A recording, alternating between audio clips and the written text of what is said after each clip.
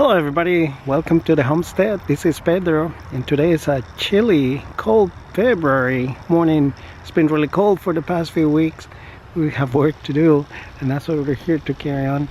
So what you see here behind me is a little over 3,000 pounds of building material.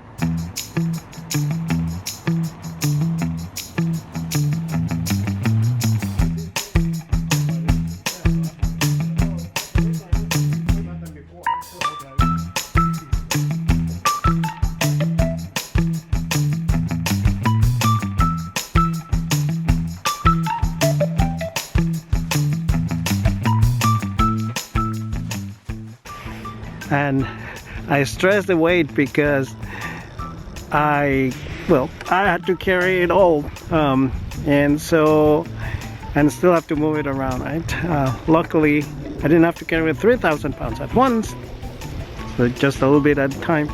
But anyways, it was one workout, right? 3,000 pounds in one workout was a lot. So this project we're working on is some new hoop houses, high tunnels that we are going to be installing in the next couple of weeks, and this is going to allow us to extend our growing season. These structures are going to help us start our season early, at least by a few weeks, certainly this year, but we're going to be able to extend it in the fall and into the winter.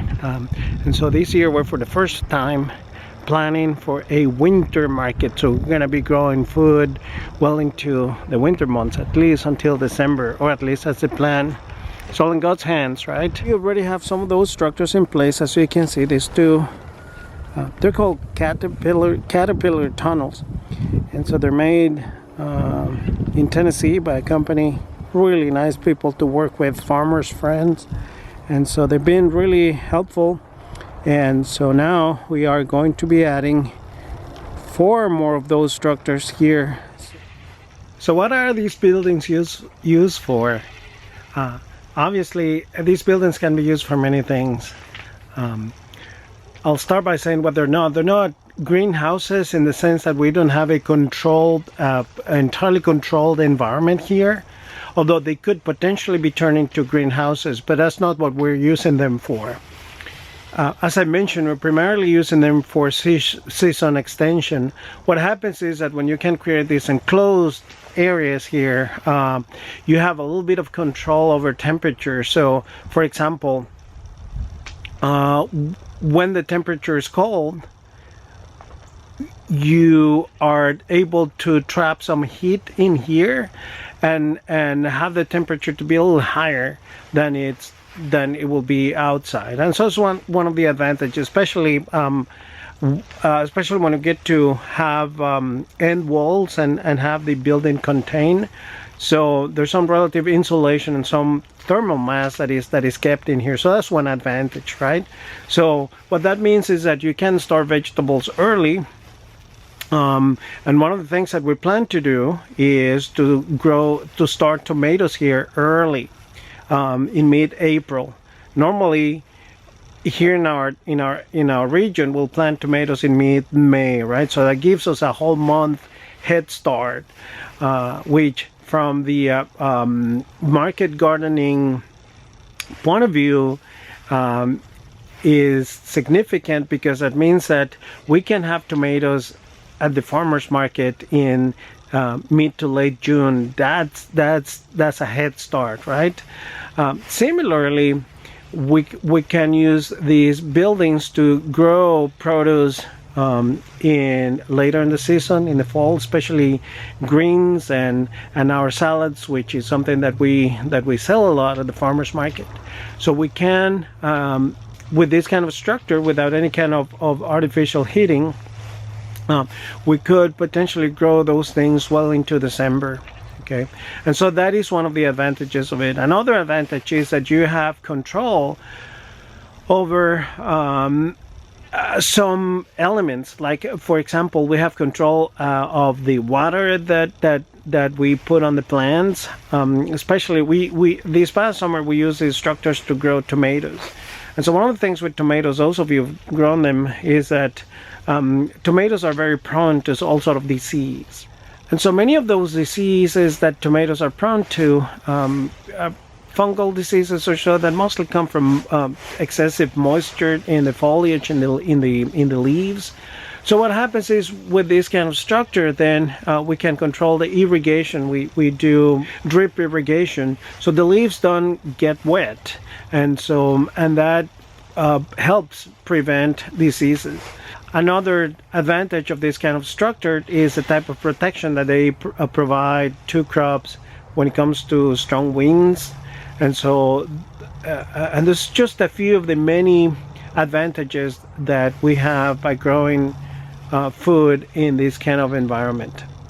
So the houses that we are installing are 50 foot long by 16 feet wide. In our permanent raised bed system, that is equivalent of, well, four full rows, right, or beds as we call them. So we can have 4 of those inside of each one of these structures.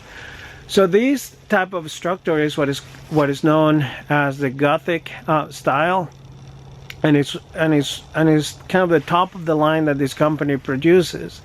It's very sturdy, and it consists of a series of arches, if you will. They are spaced about 50 inches apart, and then they're reinforced by this central purlin line that we have here in the middle, and so then it all attaches to the ground, as we will show in some other videos. The result is a structure that is very rigid, is very tall, and it allows for heat trapping here, especially when it's cold. It also, with the open ends as we have it now, plus we also have the ability of raising the sides, so we can bring in lots of ventilation when it gets really hot in the summer. So many advantages. We also have, as you can see in the system, we have these trellising systems where we can use to grow plants that need vertical space, like tomatoes or cucumbers or any kind of climbing plants. And so all in all, we have these very, very convenient, versatile, and useful system that allows us to grow food efficiently. So 2 are gonna go right at the far end next to the ones that are in place, so they're gonna continue at 2 more, and the other 2 are gonna go right here. So one is gonna be here right where I'm pointing, and the other one is gonna be immediately behind it. And so what we are doing this morning is just laying down the creating the squares and making sure that everything is square, and creating the outline, if you will, for the houses. I think that's all the time that I have today. This step, I want to take it I want to be very careful on this step, because these structures are going to be, even though they're intended to be movable structures, we're looking into a more of a permanent setting here, and so I want to make sure that everything is square. So we start out we'll start with a good start. And so I've already drilled the corner posts for the first one, and what I would like to do now is just continue down and work on the next one, and then we'll move to the sides to work on the others. So the way the structures work is there's going to be a series of rebar rods every 50 inches or so, and that is where the pipe is going to come in. So that's why the structure is very easy to put down and up. And so what we are doing right now is getting the 4 corners square, and then we're gonna add a layer of landscaping fabric. At this point we got all 4 corners square, so we're just driving the rebar. It has to protrude to about 16 inches, and so that's what we are doing. And of course, you know, always resourceful. My boots are about 16 inches tall, so that's my reference when I'm driving this thing down.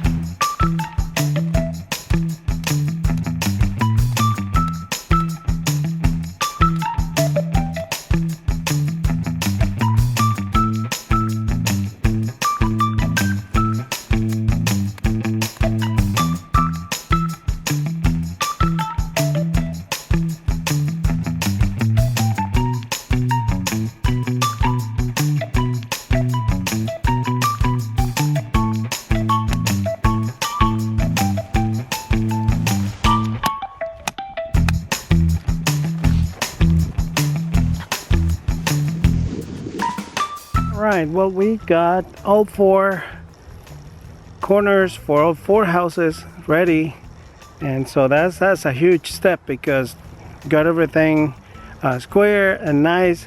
So when we come to put up the hoops, that should fit nicely, and then the plastic should go on nicely. So that's a critical step, or at least that's how I see it. And so this end or this corner here, we're gonna have the hoop house oriented in this direction, which means that every 50 inches we're gonna have one of those rebar rods here. Now what I want to do is put a strip of landscaping fabric extending along the edge of the hoop house on either side, on both sides, and so that way it's going to be a strip at about 18 inches wide and 50 feet long, which is what these hoop houses are. And so what that's going to do is to have keep the weeds from coming at the edges of the hoop house. And so it's a way of saving time and effort then in the summer when we're working. So what's going to happen here is similar to what we had in the other hoop houses. The house will go here and cover all this area to the right here, and in between this house and the one next to it, there's going to be 2 rows that are not going to be covered. But those are really get such great results growing heat loving crops last year that we're going to have these alleys, if you will, this year, several of them. So just to show you, to have this hoop house that is empty now, we're going to be planting here pretty soon, and then we have this alley here where we grew lots of squashes, summer squash I think last year, and then it's another hoop house, so etc. So we're going to have here then is a cluster of 4 such hoop houses. The thing that we wanted to do today was to cut those strips, but the thing is that since there's 50-foot long, it's windy today, and it's going to be a pain just trying to cut those strips with this kind of wind. So instead then we're going to we'll go inside and work on something else. There's plenty to do. There's some plants that we can work on and seed, and then we can come back sometime later in the week and continue to work on those projects. In the meantime, we send you our best wishes, and may God bless.